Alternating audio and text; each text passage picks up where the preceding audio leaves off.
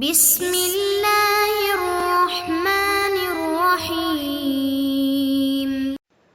السلام علیکم ورحمۃ اللہ وبرکاتہ۔ اعوذ باللہ من الشیطان الرجیم، بسم اللہ الرحمن الرحیم۔ وَلِلَّهِ عَلَى النَّاسِ حِجُّ الْبَيْتِ مَنِ اسْتَطَاعَ إِلَيْهِ سَبِيلًا۔ معزز طلبہ، کیسے ہیں؟ سب خیر و عافیت سے ہیں؟ سبق نمبر 146، اور اس سبق میں ہم کتاب الحج کو شروع کرنے جا رہے ہیں، اور کتاب الحج میں آج ہم حج کی فرضیت اور اس کے ابتدائی احکامات کو پڑھتے ہیں۔ اور جیسے کہ آیت آپ کے سامنے پڑھی گئی، وَلِلَّهِ عَلَى النَّاسِ حِجُّ الْبَيْتِ مَنِ اسْتَطَاعَ إِلَيْهِ سَبِيلًا، کہ اللہ تعالیٰ کی طرف سے لوگوں کے اوپر بیت اللہ کا حج فرض کر دیا گیا ہے۔ تو حج کی فرضیت، اس کے جو احکامات ہیں، وہ انشاءاللہ حصہ اول ہے، یہ اس کے اندر انشاءاللہ ہم بیان کرتے ہیں۔ سب سے پہلے ہم بات کرتے ہیں کہ حج عبادات مالیہ میں سے ہے یا عبادات بدنیہ میں سے ہے۔ تو ظاہر ہے کہ حج عبادات مالیہ بھی ہے اور عبادات بدنیہ کا مرکب بھی ہے، کیونکہ خود انسان اپنی جان بھی لگاتا ہے، وہاں محنت کرتا ہے، کبھی طواف کرنا، کبھی سعی کرنا، کبھی وقوف کرنا اور سفر کرنا، اور ساتھ اپنا مال بھی خرچ کرتا ہے۔ تو عبادات مالیہ اور عبادات بدنیہ دونوں کا مرکب ہے۔ اب مؤخر اس لیے کیا کہ چونکہ پہلے کتاب الصوم ہے، اور کتاب الصوم جو ہے وہ صرف عبادت بدنی ہے، تو اس لیے عبادت بدنی اس کا ایک جز ہوئی، گوئے کہ مفرد ہوئی، اور حج ایک مرکب ہوا، تو اس لیے مفرد پہلے ہوتا ہے اور مرکب بعد میں ہوتا ہے۔ حج ہر سال مقرر کیوں نہیں ہے؟ وہ اس کی وجہ یہ ہے کہ وہ ہم انشاءاللہ وہ بھی ذکر کر دیتے ہیں کہ چونکہ اس کا سبب وہ بیت اللہ شریف ہے، اس کی زیارت کرنا ہے، تو وہ ایک ہے، تو وہ مقرر نہیں ہوتا ہر سال، وہ صرف ایک ہی رہتا ہے، تو اس لیے حج بھی زندگی میں ایک ہی ہے۔ تو جب یہ مقرر نہیں ہوتا تو برخلاف روزے کے اور زکوٰۃ کے اور نماز کے، جن کا ذکر اس سے پہلے ہوا، کیونکہ وہ مقرر ہوتے رہتے ہیں، ان کا تعلق کسی کا مال کے ساتھ ہے، کسی کا وقت کے ساتھ ہے، تو اس لیے ان کو پہلے ذکر کیا اور حج کو مؤخر ذکر کیا۔ حج جو لفظ ہے، یہ ہا کے کسرے کے ساتھ بھی قرآن مجید کی آیت میں ہے، سورہ آل عمران کی، کہ وَلِلَّهِ عَلَى النَّاسِ حِجُّ الْبَيْتِ مَنِ اسْتَطَاعَ إِلَيْهِ سَبِيلًا، اور ہا کے فتح کے ساتھ بھی ہے کہ الحج اشہر معلومات، سورہ بقرہ میں۔ مطلب اس کا لغوی اعتبار سے یہی ہے کہ کسی معظم اور بڑی چیز کی طرف ارادہ کرنا، اس کو کہتے ہیں حج یا حج۔ اصطلاحی تعریف کو اگر دیکھیں تو شرعاً مخصوص کسی مکان کا مخصوص افعال کے ساتھ مخصوص زمانے میں ارادہ کرنا، اس کو حج کہتے ہیں۔ حج کی فرضیت سے متعلق بذل المجہود، علامہ خلیل احمد سہارنپوری رحمہ اللہ کی کتاب جو شرح ہے ابو داؤد شریف کی، اس میں متعدد اقوال ذکر کیے گئے کہ حج کب فرض ہوا۔ اس میں چند یہ ہیں: نمبر 1 9 ہجری، نمبر 2 5 ہجری، نمبر 3 6 ہجری، اور نمبر 4 ہجرت سے بھی پہلے حج فرض ہو چکا تھا۔ اس میں جو راجح قول ہے وہ 9 ہجری کا ہے کہ 9 ہجری میں حج فرض ہو چکا تھا،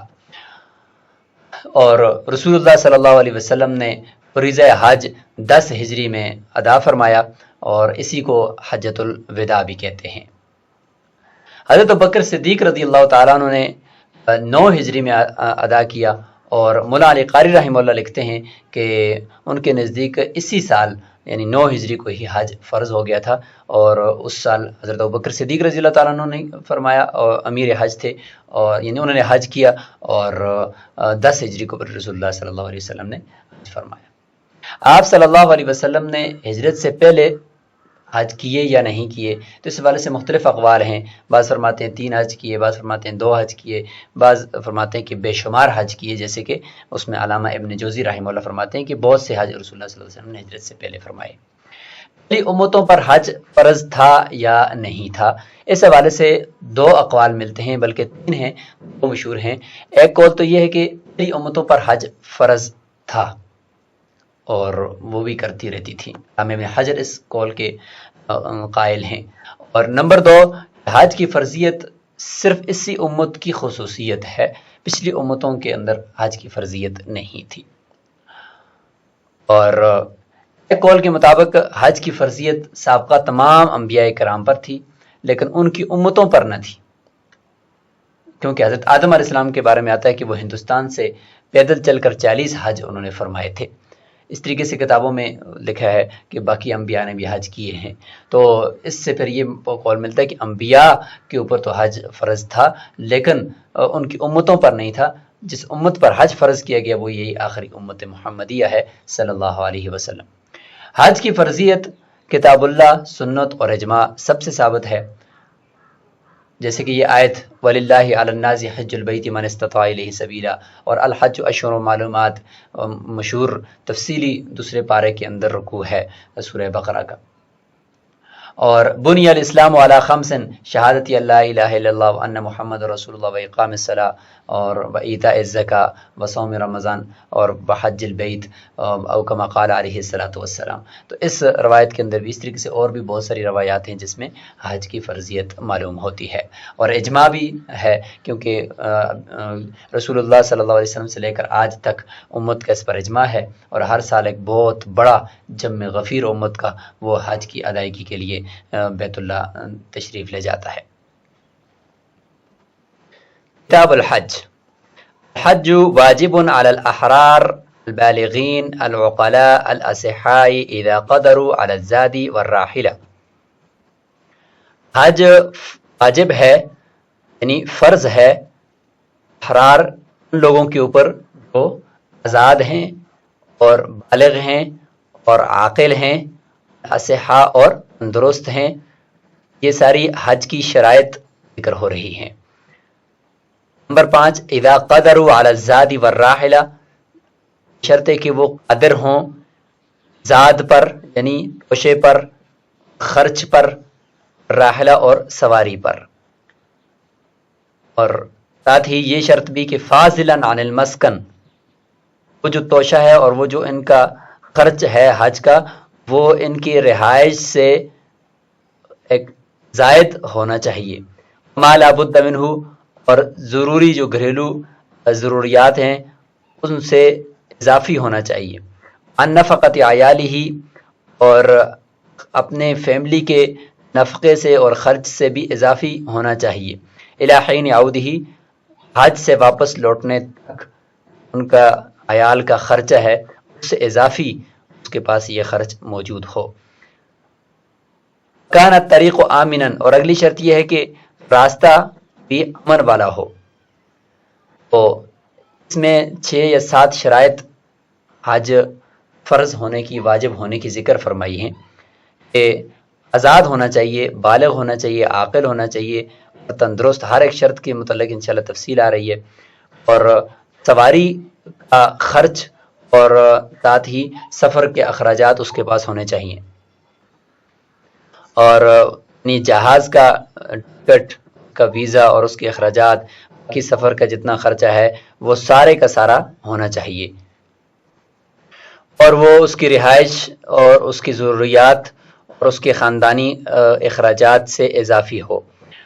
کان الطریق آمنا، اور راستہ بھی امن والا ہو اور راستے کی طرف سے کوئی رکاوٹ بھی نہ ہو. تو ان سب صورتوں کے اندر اگر کسی کے اندر یہ ساری شرائط پائی جائیں تو اس کے اوپر حج زندگی میں ایک بار فرض ہو جاتا ہے. وصفہ بالوجوب، وطن کے اندر دیکھیں تو واجب کہا ہے حج کو، حج کے ساتھ اس کو بیان کیا، حج کو واجب ہونے کے ساتھ بیان کیا ہے. حالانکہ وہ فریضۃ محکمۃ ثبتت فرضیتہ بالکتاب، کیونکہ یہ ایک ایسا فریضہ ہے جو محکمہ ہے اور اس کے اندر کسی شک و شبے کی گنجائش نہیں ہے. اور اس کی فرضیت کتاب اللہ سے بھی ثابت ہے. اللہ تعالیٰ کا یہ فرمان وَلِلَّهِ عَلَى النَّاسِ حِجُّ الْبَيْتِ مَنِ اسْتَطَاعَ إِلَيْهِ سَبِيلًا،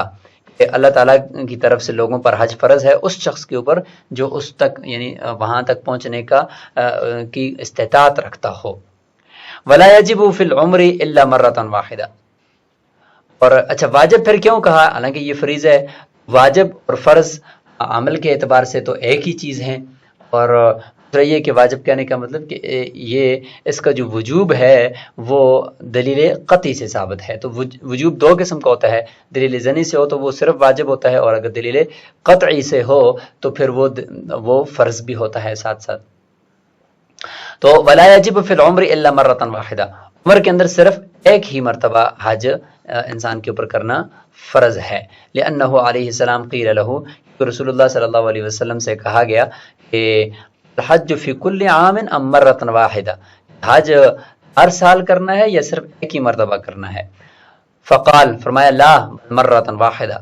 ما زاد فهو تطوع، ایک ہی مرتبہ ہے، اور اس سے زیادہ ہو تو پھر وہ کوئی کرتا ہے تو وہ نفلی حج ہوگا۔ ابو داؤد شریف میں حضرت عبداللہ بن عباس رضی اللہ عنہ سے روایت ہے کہ اقرا بن حابس رضی اللہ عنہ نے سوال کیا تھا رسول اللہ صلی اللہ علیہ وسلم سے، یا رسول اللہ الحج فی کل سنۃ او مرۃ؟ قال بل مرۃ واحدہ فمن زاد فهو تطوع، اس نمبر 1721 ہے، اور باب فرض الحج کے اندر یہ روایت موجود ہے۔ اور عقلی دلیل کی ولی ان سببہ البیت، یہ حج کا جو سبب ہے وہ بیت اللہ شریف ہے، وانه لا يتعدد،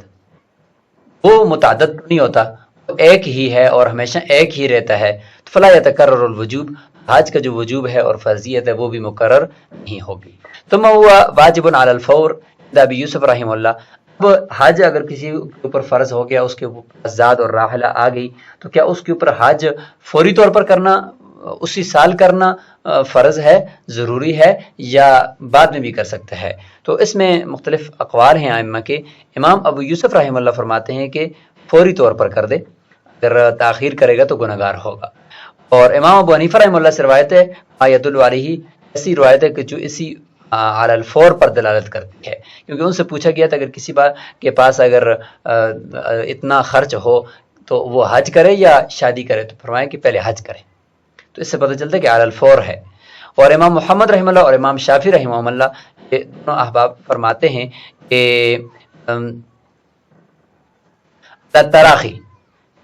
تاخیر بھی ہو سکتی ہے، اور حج فرض ہے، زندگی میں ایک ہی مرتبہ کرنا ہے، ضروری نہیں ہے کہ ایک ہی سال میں اسی سال کرو، لأنہ وظیفۃ العمر، کیونکہ پوری عمر کا وظیفہ ہے، پوری عمر کا یہ عمل ہے۔ وکان العمر فیہ کالوقت فی الصلاۃ، پوری عمر اس میں اسی طرح ہے جس طریقے سے نماز کے اندر اس کا وقت ہے، کہ اس نماز کو اس وقت کے آخر میں بھی پڑھ سکتے ہیں، درمیان میں بھی پڑھ سکتے ہیں، شروع میں پڑھ سکتے ہیں، اور آخر میں پڑھنا بھی جائز ہے، لہٰذا اسی طریقے سے یہاں عمر کے آخر میں بھی اگر کوئی بندہ حج کرنا چاہے تو کر سکتا ہے۔ وجہ الاولی، امام شافعی اور امام محمد رحمہ اللہ کا جو قول ہے، ان میں پھر فرق یہ ہے کہ امام محمد رحمہ اللہ فرماتے ہیں کہ اگر آخری عمر تک کسی آدمی نے حج کیا نہیں اور مر گیا تو وہ گناہ گار ہوگا، جبکہ امام شافعی رحمہ اللہ فرماتے ہیں گناہ گار بھی نہیں ہوگا، کیونکہ اس کو تاخیر کرنے کی اجازت تھی، جب تھی تو اسی دوران اس کی موت آ گئی تو وہ گناہ گار نہیں ہوگا۔ وجہ الاول، پہلے قول کی وجہ یعنی فوری طور پر حج کرنا ہے، اس کی وجہ دلیل یہ ہے کہ انہ یختص بوقت خاص، حج ایک خاص وقت کے ساتھ مختص ہے، ذو الحجہ کے مہینے کے اندر کیا جاتا ہے اور خاص دن ہے۔ والموت فی سنۃ واحدۃ غیر نادر، اور ایک سال کے اندر اندر موت آ جانا یہ بھی کوئی نادر نہیں ہے کہ بھئی نہیں آئے گی موت یقینی طور پر، ایسا نہیں ہے، بلکہ ہو سکتا ہے کہ موت ابھی آ جائے، لہذا موت کا آنا کوئی نادر چیز نہیں ہے۔ تو فیتضیق احتیاطاً، یہ جو حج کے اس وقت کے اندر تنگی کر دی گئی ہے، بس ایک ہی سال کے اندر کرو، اسی سال جس سال فرض ہوئے اسی سال کرو، لہذا اور اسی احتیاط کی وجہ سے فرمایا کہ کانت تاجیل افضل، جلدی اس کو کرنا افضل ہے۔ خلاف وقت الصلاۃ، خلاف نماز کے وقت کے، جس کو امام محمد اور امام شافعی رحمہ اللہ نے دلیل بنایا ہے، لأن الموت فیہ مثلہ نادر، نماز کے وقت تک کا جو وقت ہے اگرچہ موت اس میں بھی آ سکتی ہے، لیکن اس میں موت نادر ہے کہ عام طور پر اتنے تھوڑے وقت کے اندر انسان کے اوپر موت ہو، شاید کہ مطلب یعنی زیادہ قوی امید ہے کہ نہ آئے اور نماز کا وقت اس کے اوپر سے گزر جائے، لہذا آخر تک مؤخر کرنا اس کو درست ہے۔ لیکن حج کے تو پورا سال ہے نا، تو پورے سال تک انتظار کرے گا تو بیچ میں موت تو آ سکتی ہے، اس لیے ایک ہی سال کے اندر ہی جب فرض ہوا فوری طور پر ادا کرو۔ لأن الموت فی مثلہ نادر، نماز کے وقت میں موت کا آنا یہ نادر ہے، عام طور پر ایسا نہیں ہوتا. وانما شرط الحریہ، امام قدوری رحمۃ اللہ نے آزاد ہونے کی شرط لگائی ہے، بلوغ اور بالغ ہونے کی شرط لگائی ہے. لقول علیہ السلام یما عبد حج 10 حجج، جو بھی غلام 10 حج بھی کرے، ثم اوتقا، پھر اگر اس کو آزاد کر دیا جائے تو فعلیہ حجۃ الاسلام، اس کے اوپر جو اگر فرض حج ہے تو اس نے کرنا ہی ہوگا، 10 حج جو اس نے کیے وہ نفلی ہوں گے. ایما صبی حج 10 حجج، ہر وہ بچہ جس نے 10 حج بھی کیے ہوں، ثم بلغ، پھر وہ بالغ ہو جائے، فعلیہ حجۃ الاسلام، اس کے اوپر فرض حج بھی کرنا بالغ ہونے کے بعد لازم ہے. امام طبرانی نے معجم الاوسط کے اندر عبداللہ بن عباس رضی اللہ تعالیٰ عنہ سے اس روایت کو ذکر کیا ہے، اور اس میں اگرچہ 10 حججن کا لفظ نہیں ہے، یہ راوی نے اپنی طرف سے اضافہ کر دیا کہ یہ بتانے کے لیے کہ جتنے بھی حج کر دے تو بعد میں اس نے حج فرض کرنا ہی ہوگا. حدیث نمبر 2752 اور اسی طریقے سے صفحہ نمبر ہے، اور حدیث نمبر یعنی حدیث نمبر 2752 ہے اور صفحہ نمبر تیسری جلد کا 353 ہے. عقلی دلیل بھی ہے کہ وَلِأَنَّهُ عبادتٌ، حج ایک عبادت ہے، وَالْعِبَادَاتُ بِأَسْرِهَا مَوْضُوعَةٌ عَنِ الصِّبْيَانِ، عبادات مکمل طور پر ساری کی ساری وہ دور کی گئی ہیں، ہٹائی گئی ہیں بچوں سے، کیونکہ بچوں سے قلم اٹھا دیا گیا ہے کہ وہ مکلف ہی نہیں ہے کسی کام کے. والعقل شرط لصحت التکلیف، اور عقل ہونا یہ تو ظاہر ہے کہ عقل ہونے کی شرط جو لگائی ہے وہ مکلف بننے کی صحیح ہونے کے لیے بنیادی شرط ہے. عقل ہے تو اسی کے اوپر ہی سارے احکام کو بندے کے اوپر ان کو اس کا مکلف بنایا جاتا ہے. وقضا صحت الجوارح، اسی طریقے سے فرمایا تھا کہ صحہ درست ہوں، تو تندرست ہونا بھی تو ضروری ہے نا، چونکہ یہ حج کرنا ہے، اس کے لیے سفر کرنا ہے، تکلیف اٹھانی ہے، مشقت اٹھانی ہے، تو لہٰذا اس کے لیے تندرست ہونا بھی شرط ہے. لأن العز دونها لازم، کیونکہ بغیر جوارح اور تندرستی کے انسان کے اوپر حج سے عاجز ہونا وہ عجز اس کو لازم ہوتا ہے، اس لیے یہ شرط بہت ضروری ہے. اعمى اذا وجد من یکفیہ مؤونۃ سفرہ، اگر اندھا ہے اور وہ ایسے شخص کو پاتا ہے کہ جو اس کے سفر کی مشقت کی کفایت کر سکتا ہے اور اس کا خیال رکھ سکتا ہے. وجد زادا وراحلۃ، اور ساتھ ہی خرچ اور سواری کو بھی اس نے پا لیا ہے اور اس کا خرچہ بھی اس کے پاس ہے، تو اس کے اوپر حج فرض ہوگا. اس صورت میں امام ابو حنیفہ رحمۃ اللہ فرماتے ہیں کہ حج فرض اس کے اوپر نہیں ہوگا، سوائے صاحبین کے، کہ وہ فرماتے ہیں کہ اگر اس صورت کے اندر وہ باقی اس کے ہاتھ پاؤں ٹھیک ہیں، چل سکتا ہے، اور ساتھ ایک آدمی بھی ہے تو پھر حج فرض ہونا چاہیے. راجح قول صاحبین کا ہے. وقد مر فی کتاب الصلاۃ، کتاب الصلاۃ کے اندر یعنی باب الجمعہ کے اندر یہ گزر چکا ہے، اگر اس کو لے جا سکتا ہے جمعہ کے لیے تو اس کے اوپر جمعہ فرض ہے. واما المقعد فعن ابی حنیفہ رحمہ اللہ انہ یجب، مقعد یعنی حج ہے اور وہ چل پھر نہیں سکتا، تو ایسے شخص کے اوپر امام ابو حنیفہ رحمہ اللہ کی ایک روایت ہے کہ حج واجب ہے. لأنہ یستطیع بغیرہ، کیونکہ دوسرے آدمی کے ذریعے سے یہ استطاعت رکھتا ہے کہ دوسرا آدمی اس کو اٹھا کر لے جائے، تو اگر کوئی مل جاتا ہے تو پھر اس کے اوپر حج فرض ہے. فاشبہ المستطیع راخلہ، یہ اس شخص کی طرح مشابہ ہو گیا ہے جو سواری کے اوپر سوار ہو کر حج کرنے کی استطاعت رکھتا ہے، تو یہ بھی اسی طریقے سے ہے. محمد رحمہ اللہ، امام محمد رحمہ اللہ فرماتے ہیں انہ لا یجب مقعد، یعنی حج کے اوپر حج واجب نہیں ہے. لانہ غیر قادر علی الاداء بنفسہ، خود حج کرنے کی اوپر اور اس کو ادا کرنے پر قادر نہیں ہے. خلاف الاعمى، خلاف اندھے کے، لأنہ لو ہدی یؤدی بنفسہ، کیونکہ اگر اس کو راستہ دکھایا جائے تو وہ خود بھی طواف سعی وغیرہ کر کے حج کی ادائیگی کر سکتا ہے. اشبہ الضال عنہ، یہ اس شخص کی طرح ہو گیا جس کو حج کا راستہ بھول گیا ہو، تو اس کو اگر راستہ بتاؤ تو وہ جا کر حج کر لے گا. تو اندھا بھی اسی طریقے سے کہ اس کو راستہ بتانے والا اگر کوئی ساتھ ہے اس کے اوپر حج فرض ہے، ورنہ نہیں ہے. ولا بد من القدرۃ علی الزاد والراحلہ، اس میں راجح قول ان تمام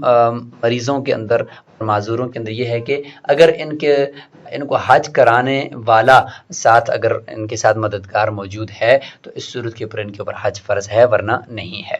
ولا بد من القدرۃ علی الزاد والراحلہ، متن کے اندر ایک شرط بھی ہے کہ ذات اور راحلہ یعنی خرچے کے اوپر اور سواری کے اوپر قدرت ہونا حج کی فرضیت کے لیے ضروری ہے۔ فرماتے ہیں کہ وہ قدر ما یقری بھی شق محمل، کہتے ہیں کہ یا تو سواری اپنی ہونی چاہیے، اور اگر نہیں ہے تو پھر یہ ہے کہ وہ جو جہاز کی سیٹ ہے اور اس کا جو خرچ ہے وہ، اور پرانے زمانے کے اندر چونکہ اونٹ کے اوپر، گھوڑوں کے اوپر سواری کی جاتی تھی، تو فرماتے ہیں کہ اونٹ کے جو اوپر دو بوجھ ہوتے ہیں ان میں سے ایک جانب محمل یعنی اس کا جو کجاوا ہے اس کے ایک جانب کا کرایہ اس کے پاس ہو، یہ اس کے پاس سمجھ لیں کہ وہ یہ راحلہ ہے، اور اوراسا زاملہ، یہ کہ ایک اونٹنی کا کرایہ، زاملہ اس اونٹنی کو جس کے اوپر سامان لاد کر لے کر جاتے ہیں، اس کا کرایہ اگر اس کے پاس ہے بیت اللہ شریف تک لے جانے کے لیے، تو اس کو کہتے ہیں کہ اس کے پاس یہ راحلہ موجود ہے اور یہ اس کے پاس قدرت ہے۔ اور ایک جانب یعنی اگر وہ خود بیٹھ جائے گا، یا ایک جانب وہ اگر اس کے پاس تھوڑا بہت سامان ہے، تو صرف ایک جانب کا کرایہ اگر اس کے پاس ہے، یعنی سمجھ لیں کہ اونٹ کے اوپر 2 سیٹیں ہیں تو ایک سیٹ کا کرایہ اس کے پاس اگر ہے تو یہ اس کو یہ کہا جائے گا کہ اس کے پاس راحلہ موجود ہے، اور یہ شرط پائے گی۔ اور زاد، یہ لفظ نشر غیر مرتب ہے، پیچھے ذکر تھا زادی ور راحلہ، آگے راحلہ کا ذکر پہلے کیا اور زاد کا نے کیا، یہاں پہ دیکھیں یہ راحلہ کا ذکر پہلے کر دیا، زاد کا، اس کو کہتے ہیں لفظ نشر غیر مرتب۔ قدر النفقتی ذاہبا جائین، اور جتنا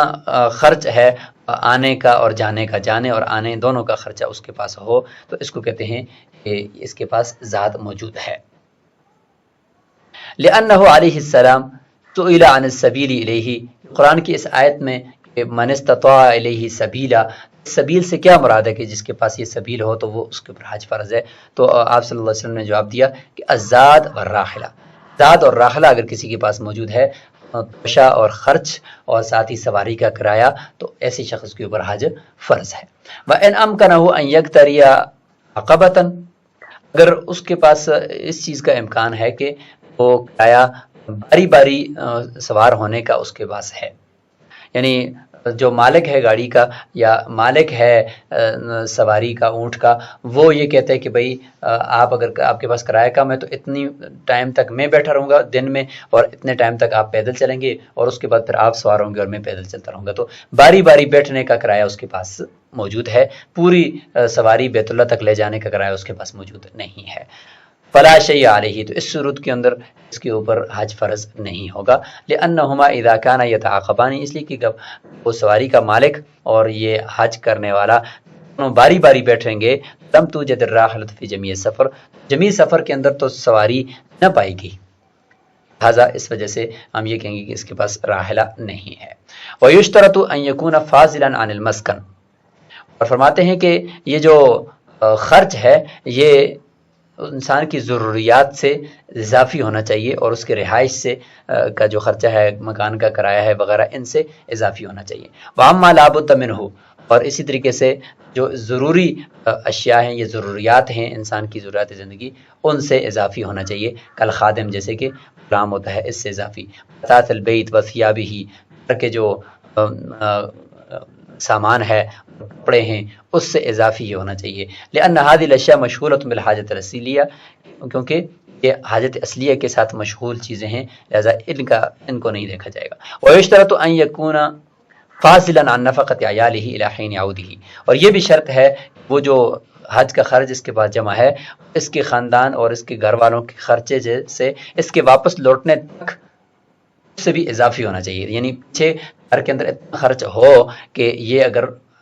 حج کر کے واپس آئے تو وہ خرچ پیچھے ختم نہ ہو، اور یہ جو خرچ لے کر حج کے لیے جا رہا ہے یہ سب سے اضافی ہو۔ لأن النفقۃ حق مستحق للمرأة، کیونکہ جو خرچہ ہے وہ لازمی حق ہے عورت کا بھی، وحق العبد مقدم علی الحق شرع بامرہ، اور شریعت نے کا جو حق ہے، وہ شریعت کا حق وہ اس سے بندے کا حق مقدم ہوتا ہے، لہذا اگر بیوی کا خرچ اور بچوں کا خرچ اس کے پاس نہیں ہے تو پہلے ان کو پورا کرے، اس کے بعد پھر وہ حج کے لیے جائے۔ امر ہی، اللہ تعالیٰ نے باقاعدہ حکم دیا ہے کہ بندوں کا حق جو ہے وہ پہلے ادا کیے جائے، جیسے قرآن میں ہے قد فصل لکم ما حرم علیکم الا ما اضطررتم الیہ، سورہ انعام کی آیت نمبر 119 ہے کہ اللہ تعالیٰ نے تمہارے لیے باقی تو تفصیل سے بیان کر دیا گیا ہے، اور یعنی جتنی چیزوں کو حرام کر دیا، جتنی چیزوں کو حلال کر دیا، الا ما اضطررتم الیہ، اگر ہاں تمہیں سخت مجبوری ہو، قحط ہو اور گھر والوں کا خرچ نہیں ہے تو اس صورت کے اندر حرام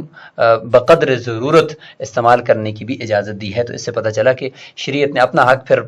مؤخر کر دیا اور بندوں کا حق مقدم کر کے کہا کہ اب اگرچہ یہ چیز اگر حرام بھی ہو تو آپ استعمال بقدر ضرورت کر سکتے ہیں۔ تو اس سے پتہ چلتا ہے کہ شریعت نے بندوں کا حق لے کیا، لہٰذا اگر خرچہ نہیں ہے تو پھر حج کرنے کے لیے نہ جائے۔ وَلَيْسَ مِنْ شَرْطِ الْوُجُوبِ عَلَى أَهْلِ مَكَّةَ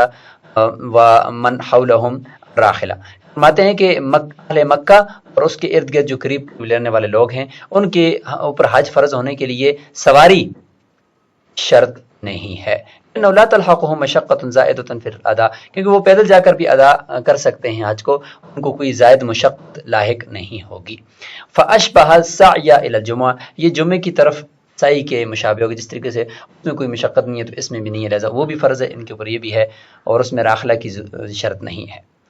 اس سبق کو یہیں روک لیتے ہیں، اگلے سبق کے اندر انشاءاللہ ہم مزید کچھ حج کے مسائل اور حج کے فرض ہونے کے متعلق تفصیل اور کچھ جدید مسائل کو لے کر حاضر ہوں گے۔ السلام علیکم۔